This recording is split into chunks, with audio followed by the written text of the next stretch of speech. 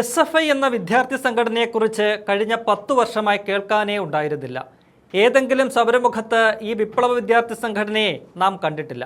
പിണറായി ഭരണത്തിന്റെ ആലസ്യത്തിൽ മെയ് അനങ്ങാതെ ചീർത്ത് വീർത്തിരിക്കുകയായിരുന്നു കുട്ടിസഖാക്കൾ. മുൻകാലങ്ങളിലെ നയങ്ങളും നിലപാടുകളുമെല്ലാം അട്ടത്തെടുത്തു വെച്ച് പിണറായിക്ക് റാൻ മൂളി നിന്നു SFI.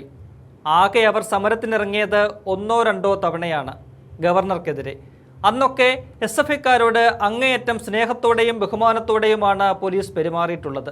മറുവശത്ത് പ്രതിപക്ഷ വിദ്യാർത്ഥി സംഘടനയായ KSU എന്നും സമരമുഖത്ത് തന്നെയായിരുന്നു. വിദ്യാർത്ഥികളുടെ അവകാശങ്ങൾക്കായും സർക്കാരിന്റെ വിദ്യാർത്ഥി വിരുദ്ധ നയങ്ങൾക്കും തീരുമാനങ്ങൾക്കുമെതിരായുമെല്ലാം തെരുവിലിറങ്ങിയ KSU പ്രവർത്തകരെ പിണറായി പോലീസ് തല്ലിച്ചതയ്ക്കുന്നത് നാം പലവട്ടം കണ്ടു. അന്നൊക്കെ അതിനെ ന്യായീകരിക്കുകയായിരുന്നു പിണറായിയും SFIയും എല്ലാം.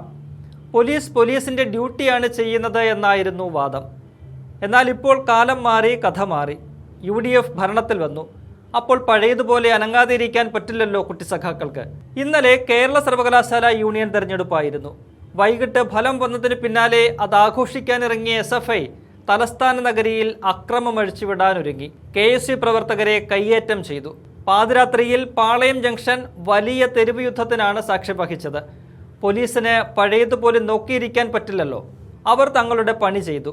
ജലപീരങ്കി പ്രയോഗിച്ചിട്ടും പിരിഞ്ഞു പോകാത്ത കുട്ടിസഖാക്കളെ തുരത്താൻ ലാത്തി ചാർജ് നടത്തി.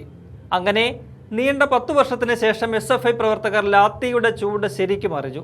സംഭവം അറിഞ്ഞ ഉടനെ CPM ജില്ലാ സെക്രട്ടറി AA റഹീം ഓടിയെത്തി. പിന്നീട് അവിടെ ഇക്കയുടെ ഷോ ഓഫ് തന്നെയായിരുന്നു. സതീശനെ സന്തോഷിപ്പിക്കാൻ പോലീസ് പണിയെടുക്കുന്നു എന്നായി റഹീം.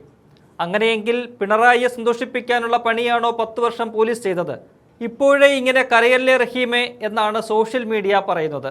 കാരണം വടിയെടുക്കാൻ പോയിട്ടല്ലേ ഉള്ളൂ, അടി തുടങ്ങിയിട്ടില്ല. 5 വർഷം ഇങ്ങനെ നീണ്ടു നിവർന്ന് കിടക്കുകയല്ലേ എന്നാണ് അവർ ഓർമ്മിപ്പിക്കുന്നത്. എന്തായാലും നീണ്ട ഇടവേളയ്ക്ക് ശേഷം ഇന്നലെ SFIക്കാരുടെയും റഹീമിൻ്റെയും ശരീരമൊന്നനങ്ങി.